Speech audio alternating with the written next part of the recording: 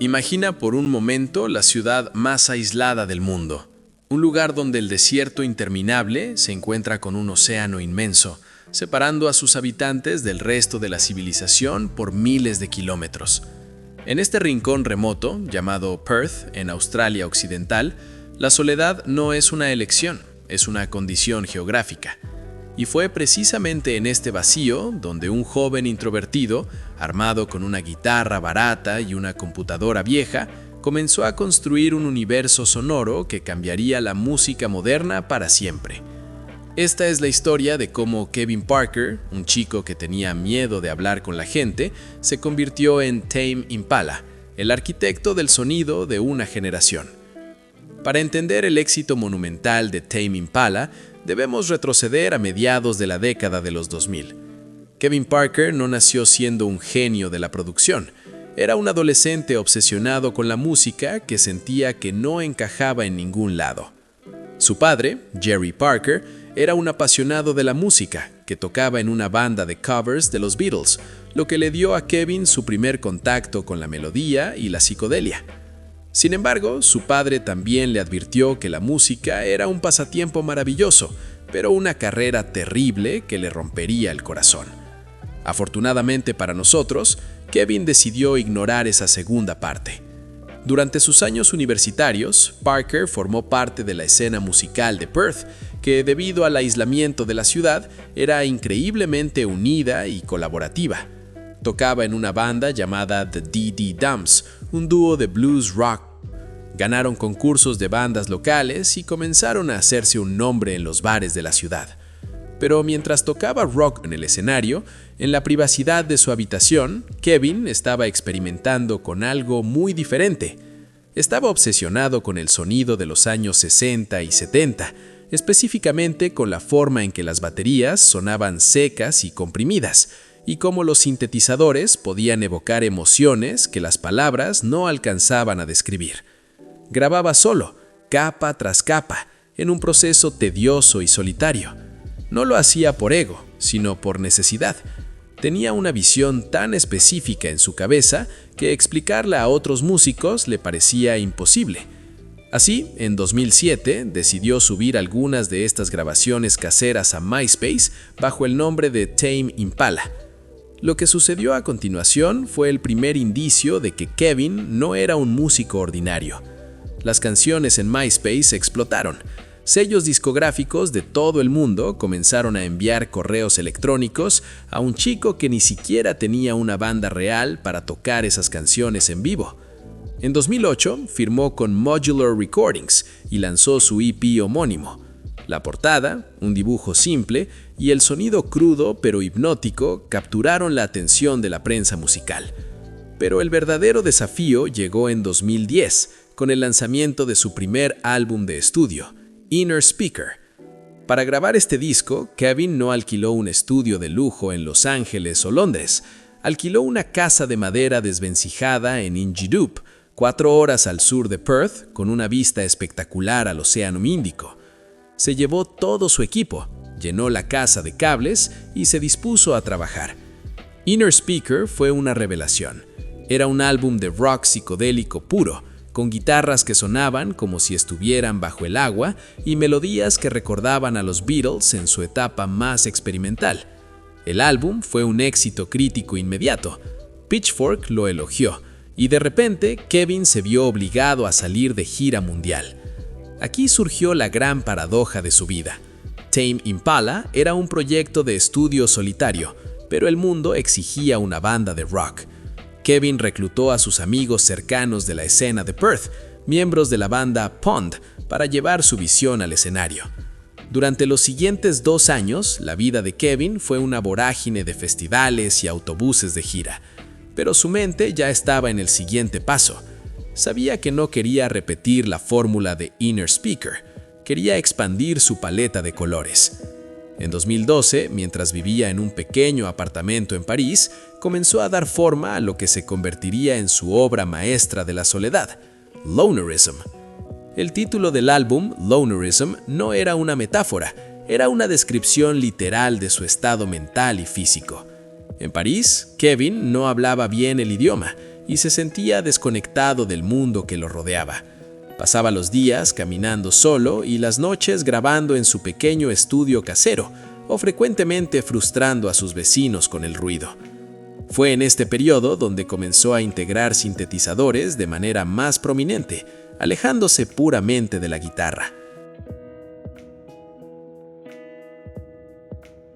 Cuando Lonerism se lanzó en octubre de 2012, el impacto fue sísmico.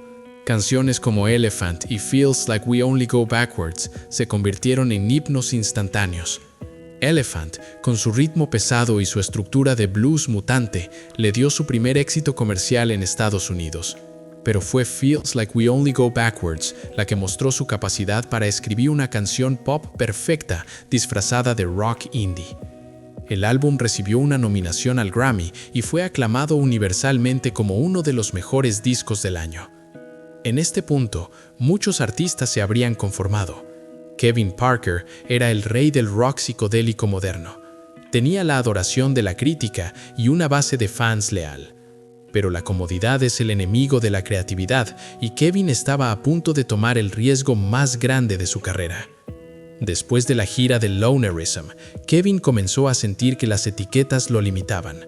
No quería ser solo el chico del rock psicodélico, quería ser un productor de pop. Admiraba a productores como Max Martin, tanto como a John Lennon. En 2015 anunció su tercer álbum, Currents, y lanzó el primer sencillo, Let It Happen. La reacción inicial de algunos puristas fue de confusión. ¿Dónde estaban las guitarras? ¿Por qué sonaba como música disco?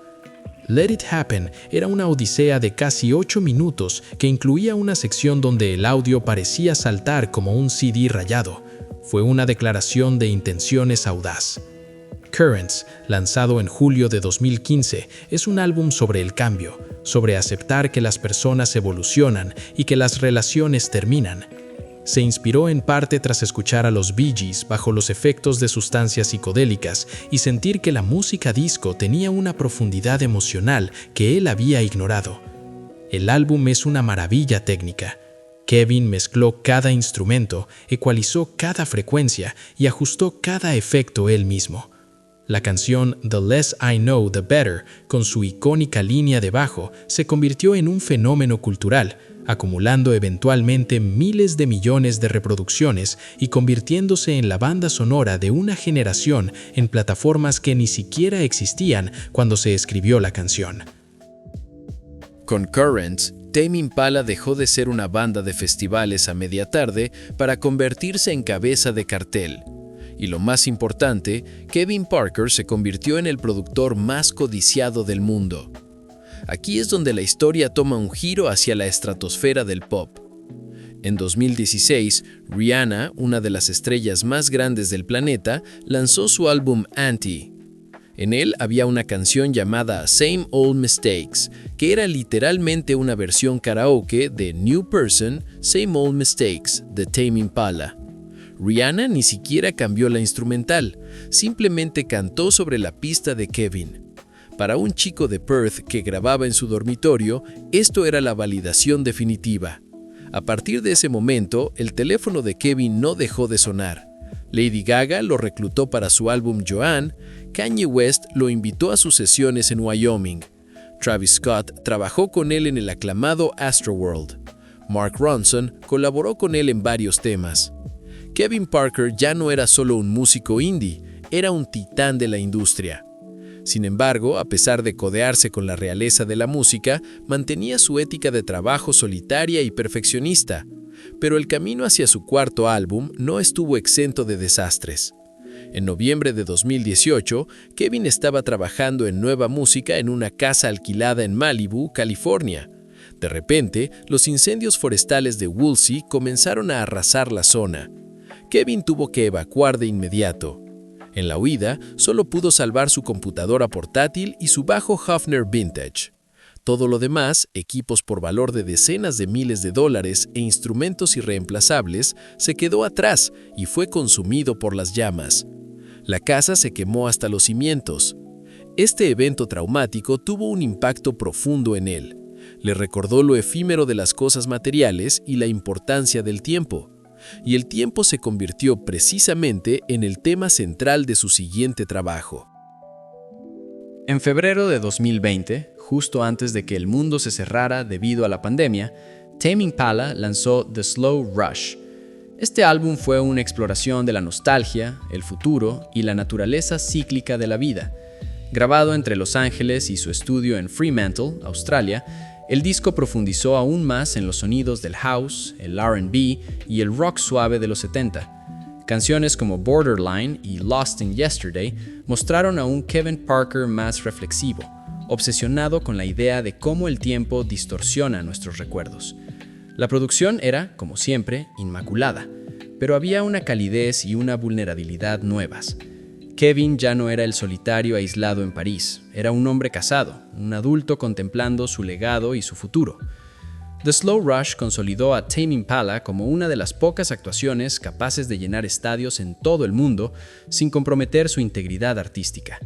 Kevin había logrado lo imposible, hacer música pop masiva que conservaba la complejidad y el alma de la música alternativa.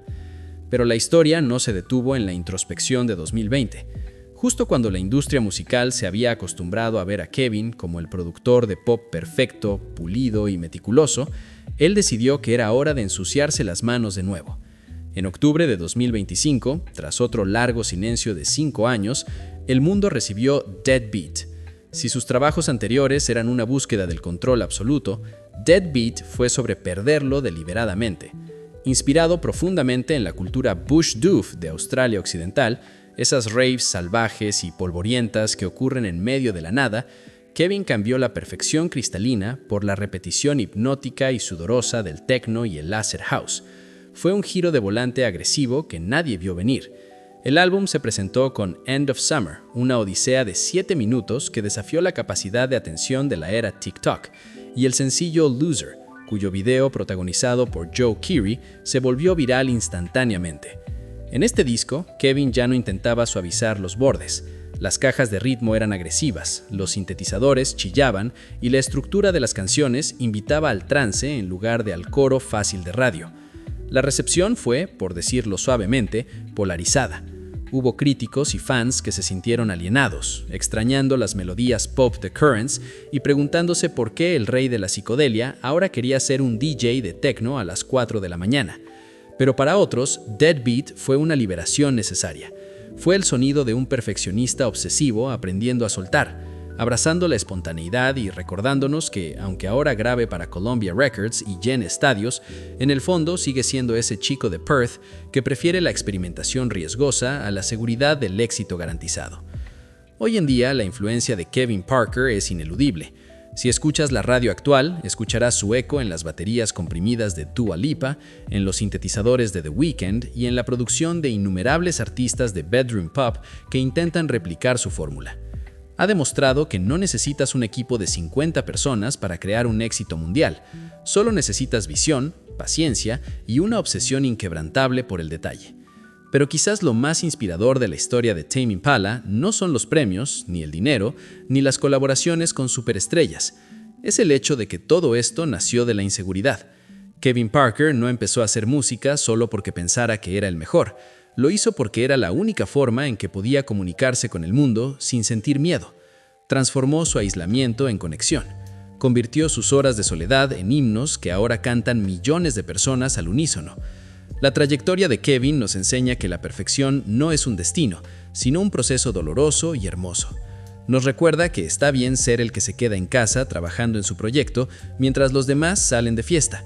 Nos dice que tu visión, por extraña o específica que parezca, tiene un lugar en el mundo si tienes el coraje de perseguirla hasta las últimas consecuencias. Actualmente, Kevin Parker sigue trabajando, produciendo para otros y experimentando con nuevos sonidos. Ha insinuado que el concepto de Tame Impala podría evolucionar o incluso terminar algún día, pero su impacto ya está grabado en piedra. Desde las playas de Perth hasta los escenarios principales de Coachella, el viaje ha sido largo, pero la lección es simple. Si tienes una idea, una pasión o un proyecto que te da miedo mostrar al mundo, recuerda al chico descalzo que grababa baterías en una casa de madera frente al mar. Él no sabía que iba a cambiar el mundo. Solo quería que la música sonara exactamente como la escuchaba en su cabeza, y al hacerlo, nos dio a todos permiso para hacer lo mismo. ¿Qué es lo que tú estás creando en soledad que el mundo necesita escuchar? ¿Es posible que tu mayor debilidad percibida en realidad sea tu mayor fortaleza creativa? La historia de Tame Impala sugiere que la respuesta muy probablemente es sí. Si te gustó el video, apoya el canal suscribiéndote, dejando tu like y comentando cuál parte de la historia fue la que más te llegó al corazón. Gracias por llegar hasta el final y nos vemos en el próximo video.